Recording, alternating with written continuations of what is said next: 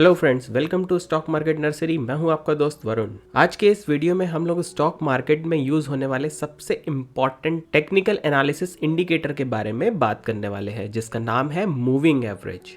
Moving average मेरा favourite indicator है। इसका रीज़न ये है कि बहुत सारे इंडिकेटर जो स्टॉक मार्केट में यूज़ होते हैं वो मूविंग एवरेज का यूज़ करके ही बनाए जाते हैं, और मूविंग एवरेज को यूज़ करके ट्रेडिंग स्ट्रैटेजी बनाना बहुत ही ईजी है।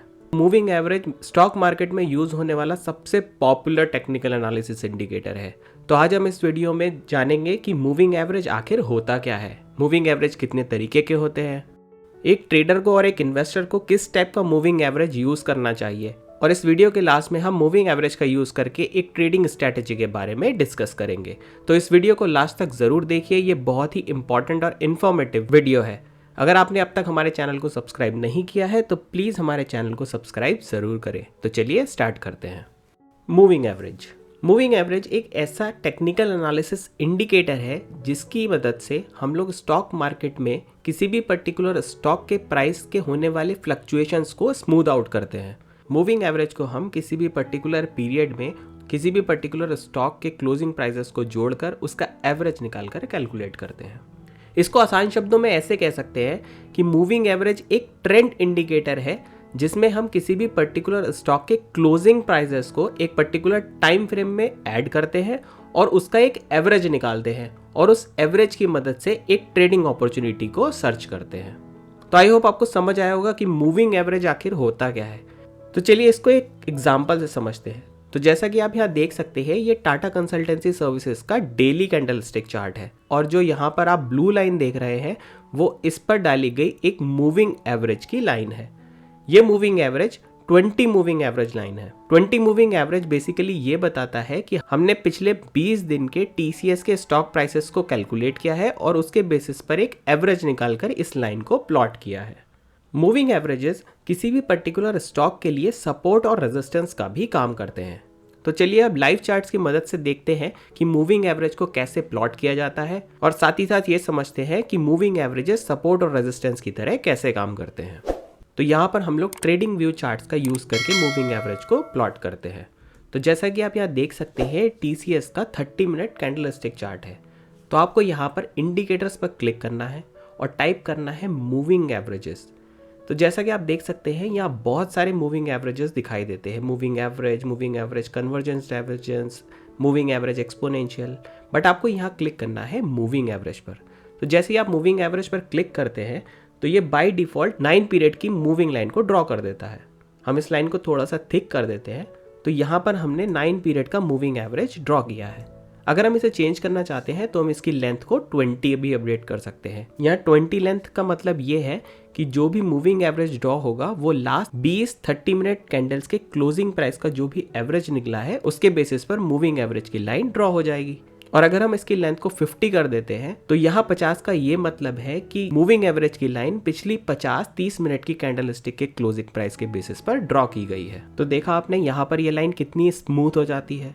और अगर हम इसी लाइन को 50 की जगह 200 कर देते हैं तो देखिए इसमें क्या डिफरेंस आता है। तो जैसा कि आप यहाँ देख सकते हैं, ये लाइन करंट मार्केट प्राइस से और दूर हो गई है। तो आई होप आपको समझ आया होगा कि किसी भी पर्टिकुलर स्टॉक पर मूविंग एवरेज की लाइन को कैसे ड्रॉ किया जाता है। तो चलिए अब देखते हैं कि मूविंग एवरेजेस किसी भी पर्टिकुलर स्टॉक के लिए सपोर्ट और रेजिस्टेंस का काम कैसे करते हैं। तो अब हम TCS के चार्ट को डेली टाइम फ्रेम पे कन्वर्ट कर देते हैं, और चलिए थोड़ा पीछे चल के देखते हैं कि मूविंग एवरेज ने किस तरीके से सपोर्ट और रेजिस्टेंस का काम किया है। तो जैसा कि आप लोग जानते हैं कि किसी भी पर्टिकुलर स्टॉक का stock price moving average line से ज़्यादा होता है, उस टाइम पर मूविंग एवरेज लाइन सपोर्ट का काम करती है, और जब भी स्टॉक का प्राइस मूविंग एवरेज प्राइस से कम होता है उस समय मूविंग एवरेज लाइन रेजिस्टेंस का काम करती है। तो यहाँ हम 200 मूविंग एवरेज की जगह 50 मूविंग एवरेज की लाइन को ड्रॉ करते हैं। तो जैसा कि आप यहाँ देख सकते हैं कि 2019 में TCS में एक साइडवेज ट्रेंड चल रहा था। साइडवेज ट्रेंड के बाद 2020 मार्च में एक डाउन ट्रेंड स्टार्ट हुआ। डाउन ट्रेंड हमें पता चला कि जब भी करंट मार्केट प्राइस ने मूविंग एवरेज की लाइन को ब्रेक किया उस समय एक डाउन ट्रेंड स्टार्ट हुआ। बट 5 मई 2020 के आसपास TCS के स्टॉक प्राइस ने 50 मूविंग एवरेज की लाइन को ऊपर की तरफ ब्रेक किया। TCS के स्टॉक में एक अप ट्रेंड स्टार्ट हुआ। अप ट्रेंड स्टार्ट होते ही आप यहाँ देख सकते हैं कि कई बार स्टॉक प्राइस ने मूविंग एवरेज के पास आया और मूविंग एवरेज के पास आते ही मार्केट में वापस एक पुल बैक आया। इससे हम ये कह सकते हैं कि स्टॉक प्राइस ने 50 मूविंग एवरेज को एक सपोर्ट की तरह यूज किया। बट रिसेंटली अप्रैल 2022 के आसपास स्टॉक में एक डाउन ट्रेंड स्टार्ट हुआ और स्टॉक ने 50 मूविंग एवरेज की लाइन को नीचे की तरफ ब्रेक किया और उसके बाद से लगातार टीसीएस के स्टॉक प्राइस ने 50 मूविंग एवरेज की लाइन को एज अ रेजिस्टेंस यूज किया। अगर हम करंट सिनेरियो की बात करें तो इस समय टीसीएस का स्टॉक प्राइस 50 मूविंग एवरेज की लाइन से ऊपर है। तो इन केस जब भी कभी इस स्टॉक का प्राइस मूविंग एवरेज के आसपास आता है तो ये मोस्ट प्रोबेबल चांसेस हैं कि वो मूविंग एवरेज के आसपास दोबारा सपोर्ट ले और मार्केट में एक पुल बैक नजर आए।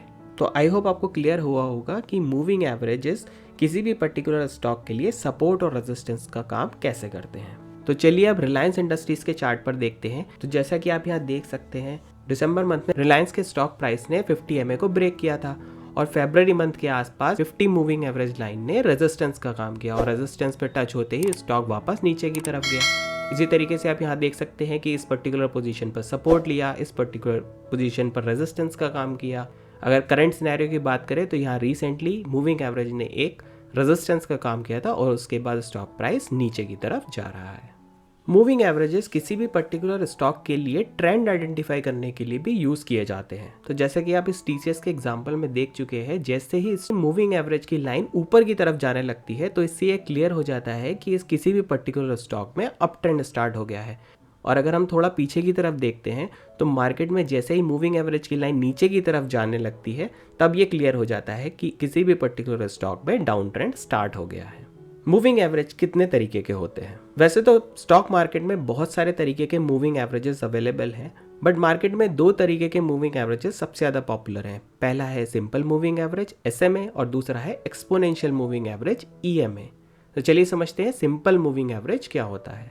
सिंपल मूविंग एवरेज एक ऐसा मूविंग एवरेज है जिसमें हम मोस्ट रिसेंट डेटा पॉइंट्स को ऐड करते हैं और जितने भी पर्टिकुलर टाइम के लिए हमने उन डेटा पॉइंट्स को ऐड किया है उसे उतने ही नंबर ऑफ टाइम पीरियड से डिवाइड कर देते हैं। तो सपोज किसी पर्टिकुलर स्टॉक के लास्ट 5 दिन का क्लोजिंग प्राइस है 23 रुपये, 23 रुपये 40 पैसे, 23 रुपये 20 पैसे, 24 रुपये और 25 रुपये 50 पैसे।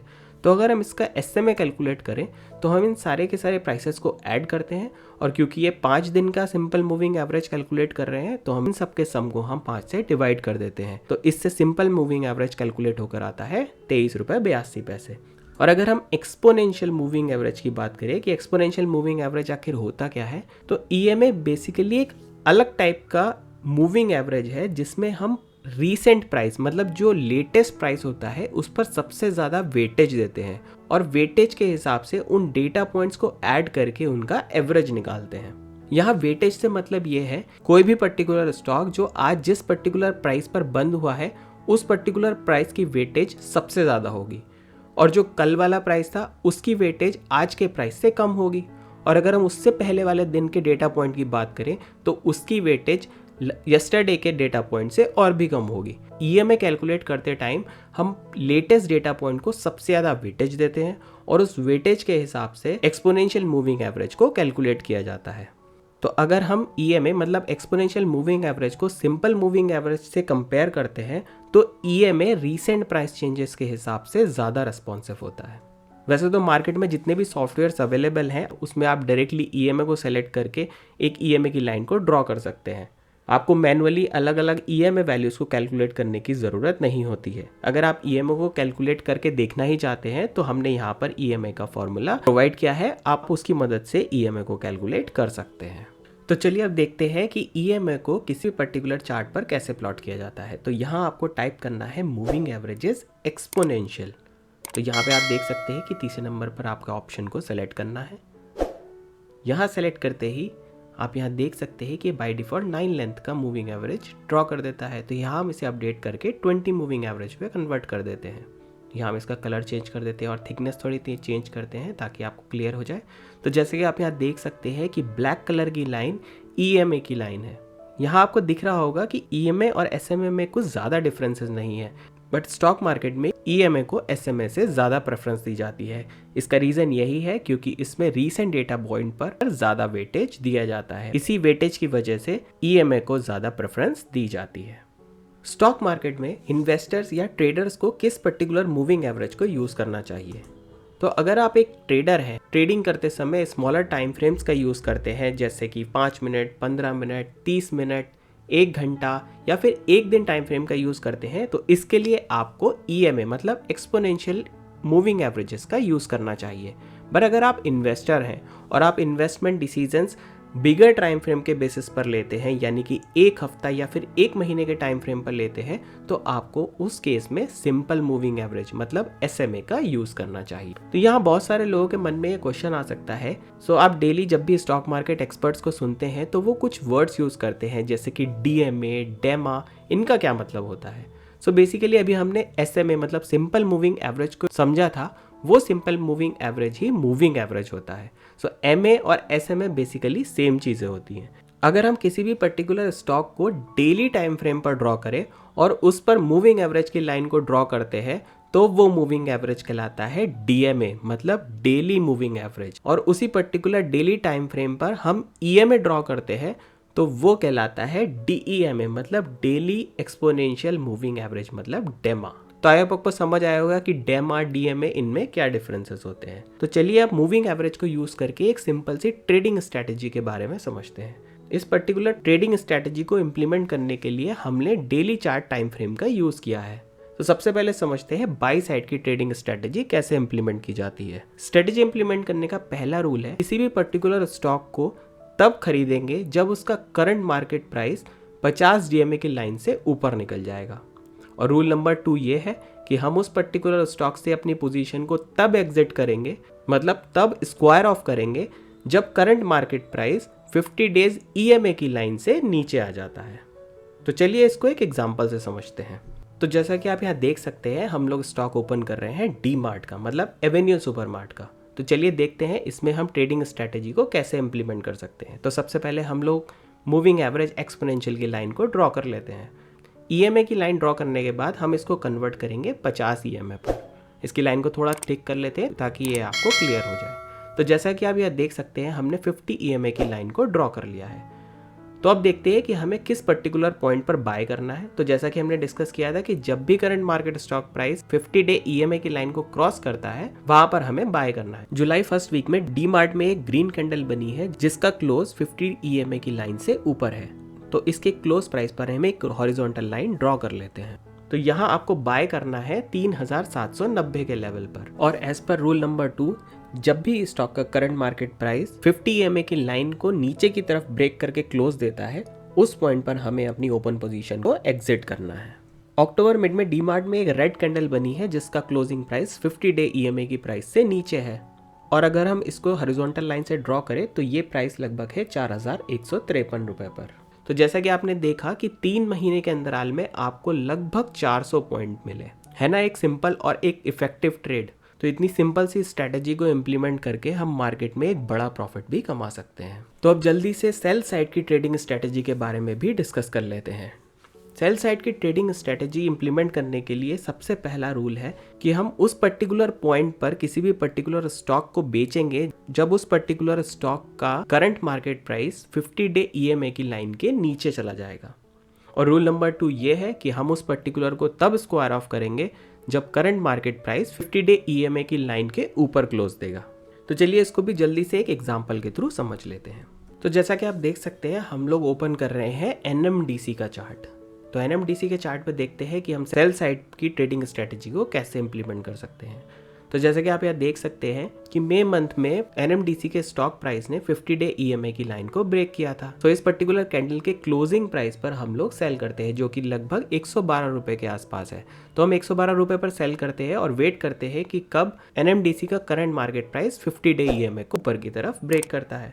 तो जैसा कि आप यहाँ देख सकते हैं कि अगस्त मिड में एक पर्टिकुलर कैंडल ने 50 EMA की लाइन को ब्रेक किया है। तो उस पर्टिकुलर कैंडल के क्लोजिंग पॉइंट पर हम अपनी पोजीशन को एग्जिट कर देंगे। तो इस तरीके से हमें यहाँ पर लगभग 30 पॉइंट्स का फायदा हुआ। हमने अपनी पोजीशन ओपन करी थी मई में और अपनी पोजीशन क्लोज करी है अगस्त में। सो लगभग 3 और 4 महीने के पीरियड में हमें 30 पॉइंट्स का फायदा हुआ। पर्टिकुलर टाइम पीरियड में हमें लगभग 25 से 30% का प्रॉफिट हुआ है। तो आई होप आपको समझ आया होगा कि मूविंग एवरेज की सिंपल स्ट्रेटजी को इम्प्लीमेंट करके भी मार्केट से काफ़ी बड़े बड़े प्रॉफिट्स कमाए जा सकते हैं।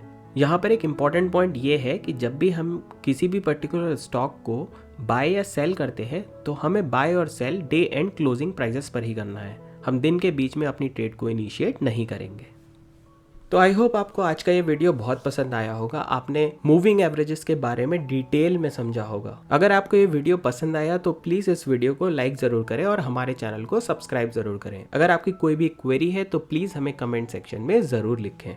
आप हमारे इंस्टाग्राम, फेसबुक और ट्विटर चैनल पर भी कनेक्ट कर सकते हैं। Thank you for watching. Happy investing.